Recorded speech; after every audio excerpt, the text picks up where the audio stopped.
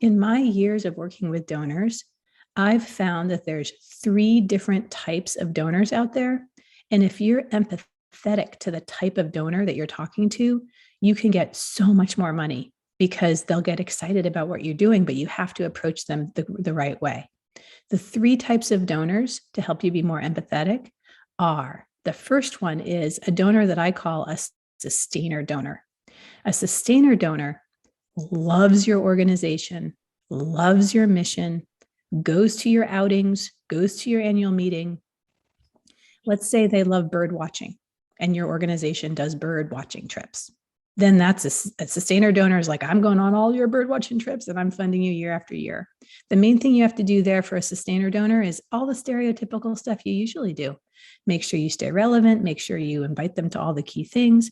They're great donors, and they're actually the kind of donor most nonprofits think about when they think about a donor. But there's 2 other types of donors that you'll lose at hello if you don't approach them in a different way. The second type of donor is called a campaigner donor. A campaigner donor cares more about the issue than they do about any one nonprofit. They're worried about things like climate change or houselessness. You name the issue, they're worried about that issue, and they want to fund to be able to make movement on that issue. They think that there's a serious societal norm that needs to change, something like that. So if you go into them and you talk to them just about how great your group is and you have these great bird watching trips, you're going to lose them at hello. Instead, if they say, Sybil, let's pretend I'm the person in the nonprofit, Sybil, I'm really worried about climate change. Then what you do as that person, you say, oh, great, well, our organization is working on XYZ project on that issue, and this is how we're moving the dial on it.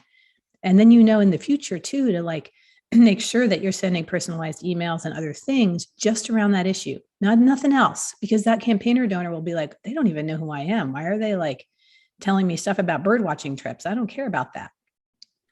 So that's the campaigner donor. The other thing is you have to be okay with the fact that that donor really doesn't care about your group per se. They care about the issue.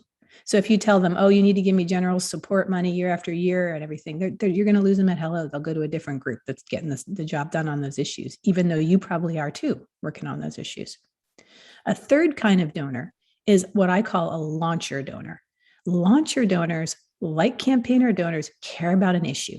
They care about an issue very much. They want to change the societal norm. They care about climate change. They care about houselessness.